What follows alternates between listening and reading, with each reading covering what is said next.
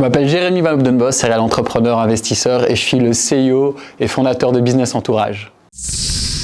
Alors Business Entourage, on l'a créé par rapport à un problème qui est chez tout le monde, c'est qu'il y a beaucoup de gens qui sont trop seuls. Et on ne peut pas réussir seul et quand on crée un business, il y a le talent, il y a les compétences et puis il y a le réseau qui est l'accélérateur. Et aujourd'hui avec Business Entourage, on est leader en francophonie justement dans le networking pour créer de la croissance d'entreprise et l'accélération de réussite. Ça peut être un entrepreneur, comme un artiste, comme un freelance, comme un sportif. Et donc on va aller chercher plus rapidement leurs objectifs, leur chiffre d'affaires, leur impact grâce aux techniques de networking. Comme on dit, le talent c'est le moteur et le réseau c'est l'accélérateur.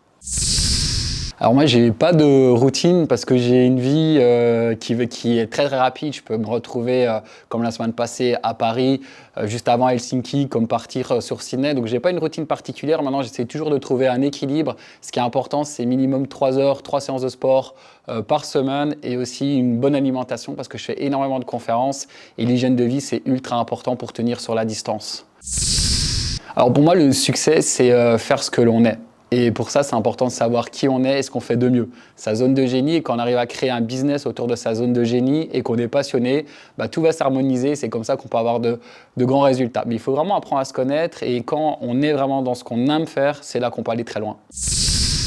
Il y a 10 ans, même il y a 20 ans, moi j'étais de base quelqu'un de timide et je sais qu'il y a beaucoup de gens qui sont timides, peut-être qu'ils ont été diminués dans leur famille, à l'école et ça met beaucoup de barrières. Et il faut savoir s'ouvrir aux autres, dépasser sa timidité parce que dès qu'on fait ses premières poignées de main, on peut aller très très loin et c'est ce que j'ai vécu moi-même.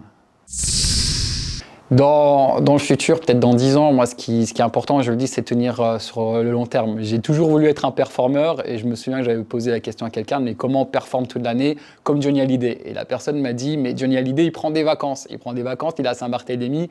Et en fait, c'est ça, c'est jongler entre des phases haute intensité et puis des phases de repos et je dois jouer plus là-dessus pour tenir sur le long terme. Donc c'est ultra important de savoir gérer son énergie dans le business pour tenir sur la longueur et pas terminer en burn-out.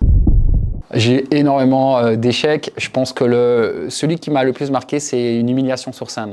Aujourd'hui, je donne pas mal de conférences, mais avant de donner mes premières conférences, j'ai testé des choses et je me suis retrouvé comme ça avec le regard des autres où je me suis senti jugé. C'est horrible, mais après, quand on prend du recul, c'est pas très grave par rapport à tout ce qui se passe dans la vie. On a toujours la santé, on a toujours la famille. Et donc, comme j'ai vécu le moment pire, aujourd'hui, je suis à l'aise dans toutes ces conférences et on me surnomme aussi l'entrepreneur aux 5000 rejets. Donc, j'ai vécu beaucoup de rejets, mais ça fait partie du jeu et c'est comme ça aussi qu'on fait les meilleures rencontres qui nous propulsent dans nos activités.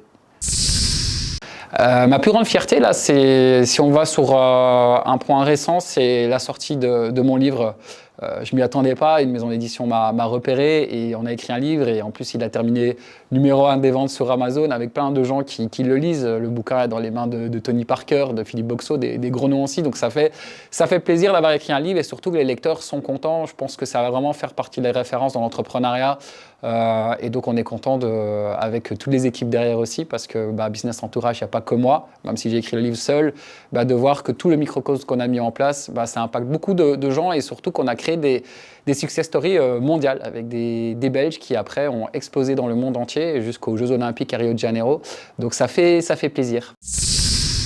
Moi, quelque chose que j'applique, mais c'est naturel, c'est le pouvoir de la considération. Je vois beaucoup de gens, souvent, ils disent des choses négatives sur les autres et parfois, on ne dit pas assez des choses bien sur les autres. Et moi, je trouve toujours 5 personnes que j'ai appréciées durant l'année, 5 nouvelles personnes qui m'ont aidé, sans le savoir, qui m'ont aidé et je prends le temps de leur envoyer un email ou un SMS ou un texto en leur disant « écoute, merci, ça m'a vraiment aidé ce que tu as fait » parce que ça fait plaisir et la considération, elle est trop négligée aujourd'hui.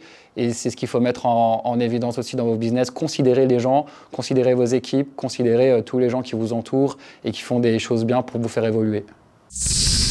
Alors moi, j'ai 2 bons endroits. Le premier, c'est la créativité. Moi, je suis très créatif au bord de la plage et c'est d'ailleurs là que j'ai créé à Sydney, à la plage à Sydney, que j'ai créé Business Entourage. Et puis aujourd'hui, on est dans un espace de coworking chez i5 et tous les espaces de coworking, c'est super intéressant parce que non seulement c'est un espace de travail, mais surtout, le plus important, c'est que si on sait bien réseauter, c'est qu'on peut faire des rencontres, des synergies et une seule bonne rencontre dans un espace de coworking qui est complémentaire à nous peut tout changer aussi dans notre business et dans notre activité.